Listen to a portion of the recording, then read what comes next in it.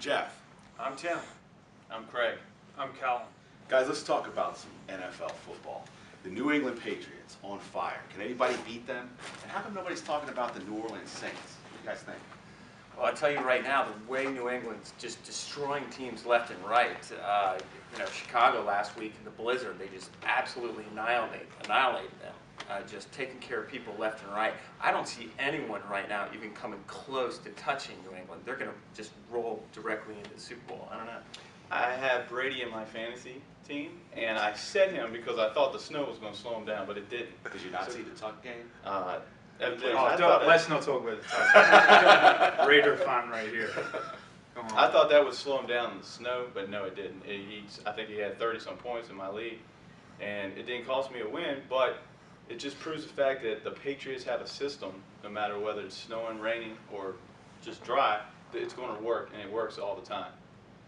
It's pretty amazing to me. I think that they just roll receivers through, and it doesn't matter who they have, whether it's Deion Branch or now you got Danny Woodhead, guys like that just come in and they play with Brady. I will say this.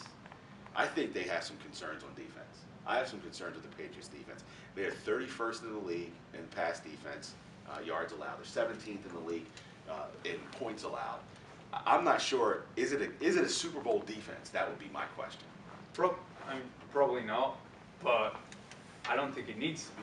I mean, you need to stop Brady, basically. They're defying what normally happens, stats and everything.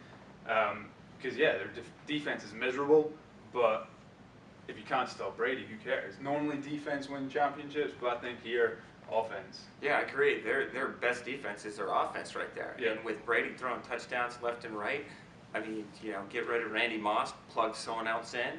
It's Belichick's system that is really making New England work these days. I mean, if they got a rock star offense, who cares if they're last in the league in defense? And the defense is slowing people down now to let the offense stay in the game and then take control of the game. It's ball control.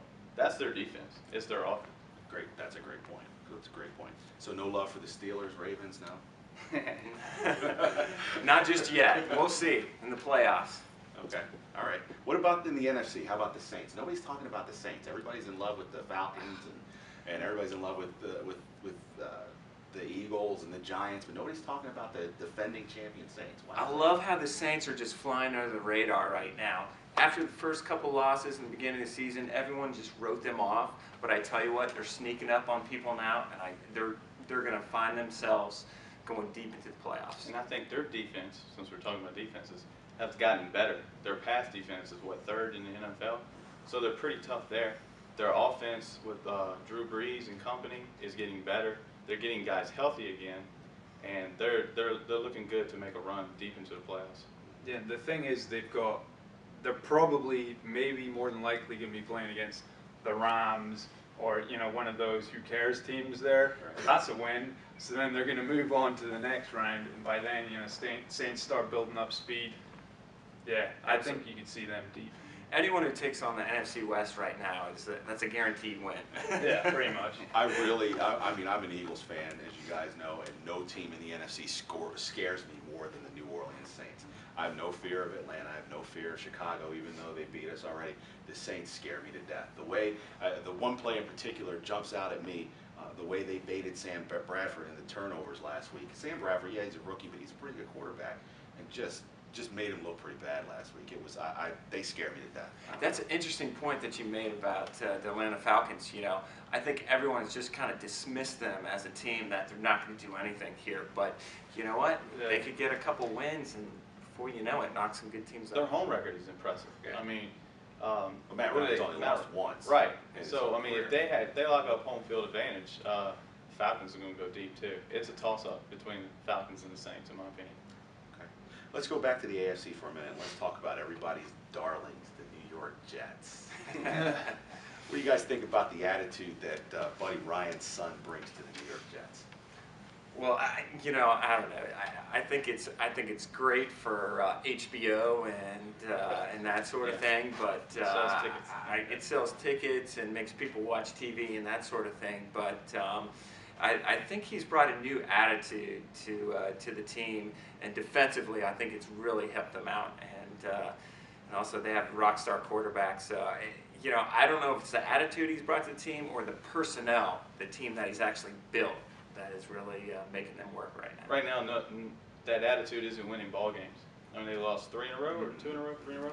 So what's going to happen this week when they play the Steelers? They're going to get beat. Yeah, in Pittsburgh. Right. So yeah, I think just getting absolutely sautéed by New England in primetime, that was an absolute killer. And I don't know if they can recover from that right now. Yeah, I mean, I think the thing is, like, with Rex Ryan, is he a one-trick pony? Like, what's he going to do now? Right. Yeah, the attitude happened, and he got on there, he did the hard knocks and all that, and writing on the bus, we're going to win, blah, blah, buried blah. the football after the loss. Worked for a while, right? And then destroyed by New England, a couple of losses here and there now. What now, Rex Ryan? Now this is a real opportunity to see what Rex Ryan's made of. You make a great point, because I think, you know, going into the playoffs here, what are the Jets going to do? Are they going to show up this year, or are they just going to lay down? Are they going to make the playoffs? Yeah, that's a I- great I- question. yeah. Now, here's an interesting question. This whole incident with the coach, strength and conditioning coach, tripping somebody, all right? And do you think that that's something that indicates a culture type thing for the Jets?